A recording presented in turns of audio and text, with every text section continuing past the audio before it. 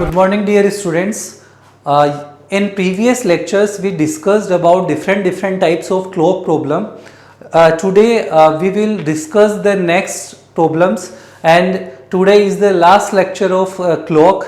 So, we will discuss water image, mirror images, and आपके जो questions given है कि हमें कुछ अपोजिट जैसे आपकी जो क्लॉक है उसकी कोई रॉन्ग सिचुएशन हमें फाइंड आउट करनी है, उस टाइप के क्वेश्चंस अपन डील करेंगे.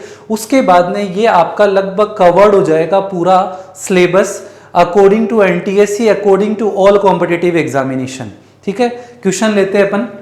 Next pattern is a clock rings one time at a 1 o'clock, two times at a 2 o'clock. Means it rings according to the time, means 3 times on 3 o'clock, 4 time on 4 o'clock, 5 time of 5 o'clock.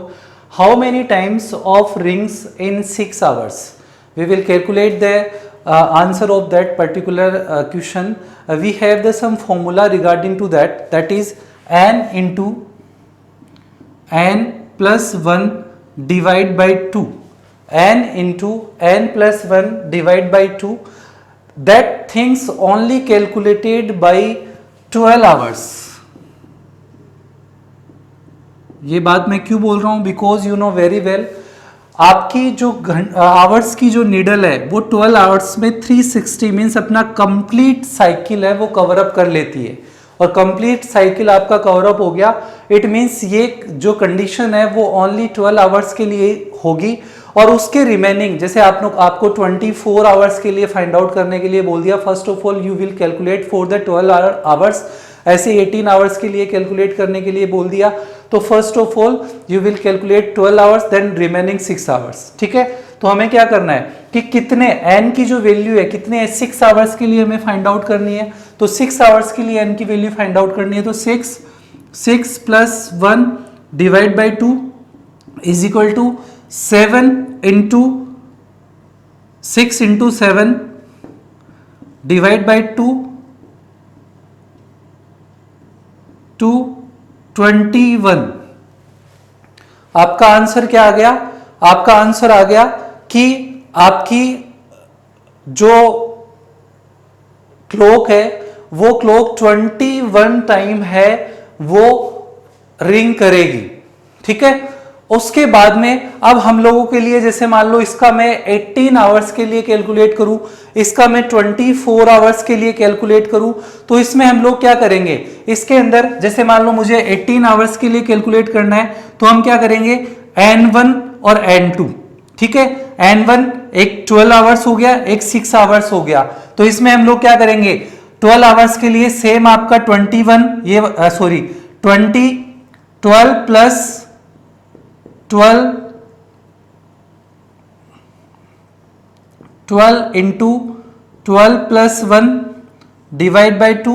6 के लिए हमें करना है तो 6 into 6 plus 1 divide by 2. ये हम लोगों ने ऑलरेडी कैलकुलेट कर लिया. 21 टाइम्स आ गया. इसको हम लोग कैलकुलेट कर लेंगे तो ये आपका 12 इंटू 13 डिवाइड बाई 2. 6 से कैंसिल आउट हो गया 78 प्लस 21 मीन्स 99 टाइम्स ये 18 आवर्स के अंदर रिंग करेगी. ये अपने को फाइंड आउट करना है. ऐसे ही अगर मान लीजिए मैंने आपको 24 आवर्स के लिए दे दिया तो 24 आवर्स के लिए भी मैं क्या करूंगा, इसमें n1 इज इक्वल टू 12 आ गया, n2 इज इक्वल टू 12 आ गया. दोनों के लिए कैलकुलेट करेंगे तो 12 के लिए कैलकुलेशन 78 आया और n2 के लिए भी 78 आया. It means 78 plus 78. ठीक है, 156 टाइम्स है वो क्लॉक है वो रिंग करेगी. तो ये अपने को बेटा बहुत अच्छे से ध्यान रखना है. इस टाइप के जो क्वेश्चंस जो भी आएंगे उन क्वेश्चंस को डील करने का मेथड यही होगा कि आपको कितने आवर्स के लिए कैलकुलेट करना है, वो आवर्स को आपको n की वैल्यू है वो पुटअप करनी है. ये हमें अच्छे से ध्यान रखना है कि यहां आपने एग्जामिनर ने आपको दे दिया 24 आवर्स, तो आप क्या करेंगे 24 इंटू 24 प्लस 1 डिवाइड बाई 2. बेटा ये रोंग हो जाएगा.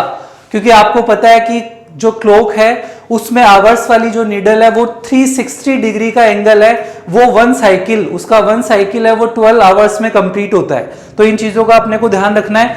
नेक्स्ट क्वेश्चन की तरफ बढ़ते हैं अपन। Next question is that a watch which is gains uniformly is 2 minutes slow at the noon of Monday and is 4 minutes 48 second fast at 2 p.m. on the following Monday. What time it was the correct time duration? अब इस type के questions को deal करने का जो method है वो method अपना ये रहेगा कि इसके अंदर हमें ये बताया है कि मंडे है, ठीक है, ये आपका मंडे है, इस मंडे के 12 PM पे, ठीक है, ये 2 मिनट्स स्लो है। क्या है? ये 2 मिनट स्लो है। फिर ये बोल रहा है कि नेक्स्ट मंडे है आपका, उस मंडे को आपकी 2 PM पे, उस मंडे को 2 PM पे ये 4.48 मिनट है, वो फास्ट होगी आपकी वॉच, ठीक है। अब हमें क्या करना है, हमें एग्जैक्ट आपका जो करेक्ट टाइम ड्यूरेशन है वो हमें फाइंड आउट करना है। वो हम फाइंड आउट करेंगे तो फर्स्ट ऑफ ऑल हम लोग क्या करेंगे कि आपके कितने डेज है वो हो रहे हैं। इसमें आप देखेंगे कि इस मंडे से और इस मंडे तक जाने में आपको पता है 1 मंडे टू 2nd मंडे में हम लोग मूव करेंगे, तो मूव करेंगे तो उस टाइम में अपने 7 डेज जाते हैं, ठीक है। 7 डेज हो गया, इट मींस क्या हुआ, 7 डेज प्लस यहां 12 PM पे आपकी क्लॉक स्टार्ट हुई थी और यहां नेक्स्ट मंडे को 2 PM तक की बात की गई है। It means 7 days 2 hours.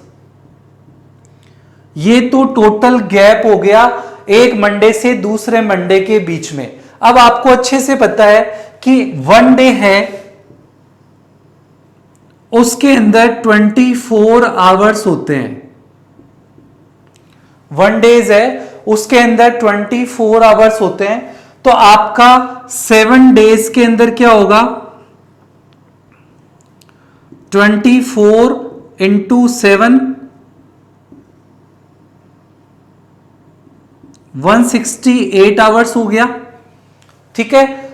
It means 168 hours plus ये 2 आवर्स, ये हो गया। तो आपका टोटल है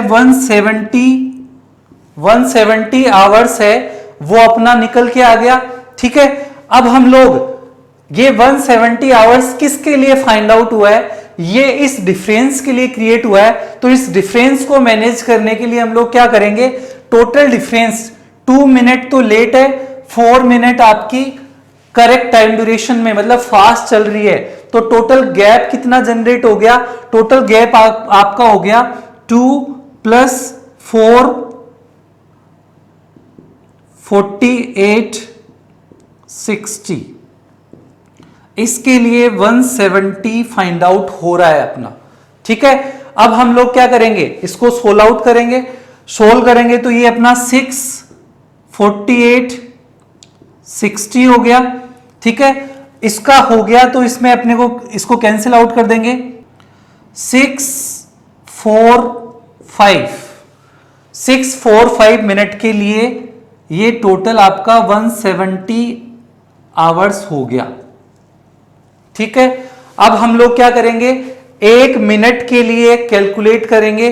तो 1 मिनट के लिए जब हम लोग कैलकुलेट करेंगे तो ये क्या होगा आपका 34/5 m 170, ठीक है। मिनट कैलकुलेट होगी तो इसकी 170 इंटू 5 डिवाइड बाई 34, ये आ गया, ठीक है। ये आ गया तो इसको हम कैंसिल आउट कर देंगे, 25 आ गया, ठीक है। 1 मिनट के लिए 25 आवर्स है वो अपना कैलकुलेट हो गया। तो 2 मिनट्स के लिए कितना होगा, 50 आवर्स का डिफरेंस है वो आ गया। ठीक है, तो इसका मतलब ये हो गया 2 मिनट्स के लिए आपका 50 आवर्स का डिफरेंस आ गया। अब 50 आवर्स का जो डिफरेंस क्रिएट हुआ है, देखो मैं वापस से इसको रिपीट कर रहा हूं। क्वेश्चन में दिया हुआ था कि कोई मंडे है, मंडे के 12 PM पे नून का टाइम दिया हुआ है, उसके ऊपर जो वॉच है वो 2 मिनट लेट है, मतलब स्लो चल रही है। उसके बाद में उसने बोला नेक्स्ट मंडे तक आपका 2 PM तक वो क्लॉक है वो आपकी टोटल 4 मिनट 48 सेकेंड है वो फास्ट होगी। फास्ट हो गया मतलब दोनों में डिफरेंस कितना क्रिएट हो गया, दोनों में डिफरेंस है वो 6 मिनट 48 सेकेंड का डिफरेंस है वो क्रिएट हो गया। अब मैंने क्या किया, टोटल इन दोनों के बीच में गैप कितना है, इस मंडे और इस मंडे के बीच में गैप कितना है वो कैलकुलेट किया। इस मंडे और इस मंडे के बीच में गैप है वो अपना 7 days 2 hours। क्यों, क्योंकि यहाँ पे 12 PM पे आपकी क्लॉक स्टार्ट हुई थी और यहाँ पे आपकी 2 PM पे स्टॉप हो रही है, तो 7 days 2 hours हो गया। अब मैंने क्या किया, जो आपका 7 days 2 hours था उसको टोटल आवर्स में कैलकुलेट कर लिया। तो 1 डे के अंदर 24 आवर्स होते हैं, तो 7 डेज के अंदर कितना हो गया, 168 आवर्स हो गया। और उसके बाद में +2 आपका जो इसके अंदर +2 जो आपका कौन सा है, ये वाला आवर्स था वो मैंने ऐड कर दिया। मतलब 7 डेज के अंदर आपकी जो क्लॉक है उसके अंदर जो डिफरेंस जो आपका आया वो 170 आवर्स कैलकुलेशंस का आ गया। मतलब 170 आवर्स है वो क्लॉक है वो मूव करी है। अब इन दोनों के बीच में डिफरेंस 170 आवर्स जब कैलकुलेट हुआ, उन दोनों के बीच में डिफरेंस कितना था, उन दोनों के बीच में डिफरेंस था 6 मिनट 48 सेकंड का। तो फिर 6 मिनट 48 सेकंड को मैंने सोल आउट किया 170 आवर्स के लिए, तो मेरा 1 मिनट के लिए जो वैल्यूएशन है वो 25 आवर्स, मतलब 1 मिनट है वो टोटल लेट हो रही है या अपनी जो लेट हो रही है या फास्ट हो रही है, तो उसमें 24 आवर्स टाइम ड्यूरेशन लग रहा है। तो 2 मिनट में कितना लगेगा, 50 आवर्स लगेगा। तो मैंने 50 आवर्स। अब इसका नेक्स्ट डे कौन से डे को वो करेक्ट टाइम पे होगी। अब इस मंडे को ये क्लॉक स्टार्ट हुई, इस मंडे को क्लॉक स्टार्ट हुई, तो इस मंडे से 12 PM पे स्टार्ट हुई, ट्यूसडे 12 PM पे क्या होगा, आपकी 24 आवर्स कंप्लीट हो चुके होंगे। ठीक है, उसके बाद में नेक्स्ट वेडनेसडे को आपके नेक्स्ट 24 आवर्स हो गए, मींस टोटल है 48 आवर्स है वो हो गया। कब तक, 12 o'clock तक। लेकिन हमें कहां तक निकालना है, हमें 2 PM तक निकालना है। तो 2 PM तक, तो वेडनेसडे का जो एग्जैक्ट आ गया, Wednesday 2 PM is the accurate time. इसका मतलब ये हो गया कि आपकी जो क्लॉक थी वो वेडनेसडे आएगा, मींस नेक्स्ट वेडनेसडे आएगा, उसके 2 PM पे एक्यूरेट टाइम देगी। ये इस क्वेश्चन का मीन्स है। आपके शीट में गिवन क्वेश्चन है, आपका क्वेश्चन नंबर 8 है, उसके अकॉर्डिंग मैंने इसको पूरा सोल्व करके बताया है। इसको बेटा आपको समझ में नहीं है, आप पहले अच्छे से इसको वापस से रिवाइंड करके देख लेना कि मैंने किया क्या है, क्या इन दोनों में डिफरेंस जनरेट हुआ। अपना जो रिजल्ट है, मींस आपका जो फाइनल आंसर है वो वेडनेसडे 2 PM आएगा। ठीक है, नेक्स्ट क्वेश्चन की तरफ मूव करते हैं हम लोग। Our next part of clock is mirror images. Mirror images का मीनिंग बेटा इतना सा है, you have the clock and you have the images mirror. Then आप लोग जब भी मिरर के अंदर क्लॉक को देखेंगे तो क्लॉक क्या करेगी कि 12 और 6 की लोकेशन को छोड़ के, मीन्स आपकी 12 और 6 वाली जो लोकेशन है इसको छोड़ के ये वाला जो पार्ट है, ये वाला जो पार्ट है वो तो आपका इस साइड में शिफ्ट हो जाता है और ये वाला जो पार्ट है वो इस साइड में शिफ्ट हो जाता है। ठीक है, इट मीन्स मिरर इमेजेस जब भी बनेगी तो आपका 12 है और 6 है वो फिक्स सिचुएशन पे होगा। और उसके बाद में क्या होगा कि आपकी ये अब इस टाइप के जो क्वेश्चंस होंगे उन क्वेश्चंस में हमें सिंपल सा फॉर्मूला है, वो फॉर्मूला अप्लाई करना है। अगर हमें टाइमिंग है वो 11 to 1 के बीच में गिवन है तो हमें क्या करना है, उस जो गिवन टाइम ड्यूरेशन है उस टाइम ड्यूरेशन को 23.60 है उसमें से लेस कर देना है, और बाकी रिमेनिंग टाइम ड्यूरेशन आपको मिलेगा तो उस रिमेनिंग टाइम ड्यूरेशन है उसको हमें 1160 में से लेस कर देना है। ये अपना सिंपल सा इसमें कंसेप्ट रहेगा और बड़े इजीली हम लोग क्वेश्चंस है उनको सोल्व आउट कर लेंगे। जैसे इसमें क्वेश्चंस कैसे आते हैं, मैं क्वेश्चन नोट कर रहा हूं। क्वेश्चन है, if the real time is happening at 12:30 what will be the reflected in that situation. कुछ नहीं करना, आपको क्या करना है 2360 में से 1230 है वो लेस कर देना है, 1130 इज योर आंसर। ठीक है, तो इस तरह से अगर मान लो कोई भी आपके पास ऐसा क्वेश्चंस आता है, उन क्वेश्चंस को सोल्व करने का मेथड यही है कि अगर 11 to 1 के बीच में आएगा मींस इसके अंदर फिक्स है 11, 12 और 1 के लिए इसको यूज करना है 1 तक ही। 130 भी आ गया तो अपने को आगे वाले स्लोप में चल जाना है, और उसके बाद में 2, 3, 4, 5, 6, 7, 8, 9, 10 ये वाला जो टाइम ड्यूरेशन होगा उस टाइम ड्यूरेशन को अपने को 1160 से लेस करना है। ठीक है, अब इसमें लास्ट एक फॉर्मेलिटी है वो आपकी वोटर इमेजेस की है, वो भी मैं शॉर्ट आउट कर देता हूं। नेक्स्ट पैटर्न आपका वोटर इमेजेस का। वोटर इमेजेस के अंदर क्या होगा, जब भी आपकी क्लॉक है उसको आपने लेके वोटर के सामने किया तो उसके अंदर रिफ्लेक्शन है वो किस तरह से पड़ेगा। इसमें रिफ्लेक्शन जो 12 है वो नीचे की तरफ आ जाएगा, ये सारे जो ऊपर वाले जो पोर्शन है वो नीचे वाले पोर्शन है वो ऊपर की तरफ चले जाएंगे। जो गिवन टाइम ड्यूरेशन है उस गिवन टाइम ड्यूरेशन को अपने को 18 आवर्स 30 मिनट्स में से लेस कर देना है। तो हमारा जो टोटल, जैसे मान लो कि 440 के लिए वोटर इमेज है वो फाइंड आउट करनी है, तो सिंपल सा है 18, 30, 440। ठीक है, 0 आ गया, 9, 5, 3, 1390 है वो आपका इसका आंसर है, वो फाइंड आउट हो जाएगा। ठीक है, तो इसका मतलब ये हो गया कि वोटर इमेज है। दूसरा एक पैटर्न और आता है इस टाइप के क्वेश्चंस में। कई बार क्या होता है कि उस क्वेश्चन में आपके कोई वोटर इमेजेस दे दी या मिरर इमेजेस दे दी, फिर उसके सामने ये बोल देंगे कि वहां पे आपने कोई मिरर है वो लगाया हुआ है। आपको पता है कि जैसे मान लो मैं कंडीशन बताऊं आपको, जैसे ये वोटर इमेजेस है, इस वोटर इमेज जैसे मान लो ये मिरर इमेजेस यहाँ पे बनाई मैंने, और मिरर इमेजेस पे मैंने क्या किया, बनाने के बाद में वापस से मिरर लगा दिया। वापस से मिरर लगाने का मतलब ये हो गया कि मैंने वापस से, तो अगर मान ली डबल मिरर आपने यूज कर लिया तो उसमें क्या होगा, उसमें हमें एक ही कंडीशन ध्यान में रखनी है कि अगर हमारे पास इवन नंबर में, whenever even number of mirror होता है देन सेम टाइम,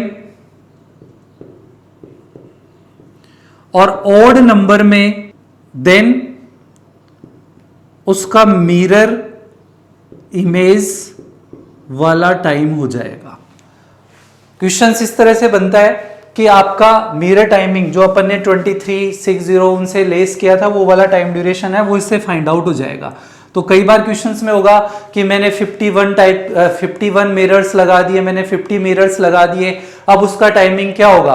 तो इस टाइप के जो क्वेश्चंस आएंगे उन क्वेश्चंस में अपने को सिर्फ इतना सा ध्यान रखना है, अगर आपके पास even number of mirror available है तो even number of mirror available होगा तो उसके अंदर हमें क्या करना पड़ेगा, उसके अंदर हमें क्या करना पड़ेगा, सिर्फ और सिर्फ वहां पे सेम टाइम ड्यूरेशन था वो हमें देना है जो गिवन टाइम ड्यूरेशन है। अगर ओड नंबर ऑफ मिरर लगे हुए हैं वो गिवन है तो अपने को क्या करना है, जो अपन ने मिरर इमेज से जो फाइंड आउट किया वही टाइम रहेगा। So student, I hope you understood all the concept of clock, और आपकी जो एक्सरसाइज में गिवन है वो ऑलमोस्ट मैक्सिमम मींस 99% आपके जो क्वेश्चंस है वो मैंने कवर्ड कर लिए हैं। अब आपको क्या करना है, जो आपकी गिवन एक्सरसाइज है उन गिवन एक्सरसाइज को अच्छे से आपको सोल्व करना है. Each and every question you will solve, and after that if you will feel any problem then you will ask me in problem counter. I hope you are enjoying the classes and you are enjoying your online study also. Wish you all the best for your future. Thank you so much.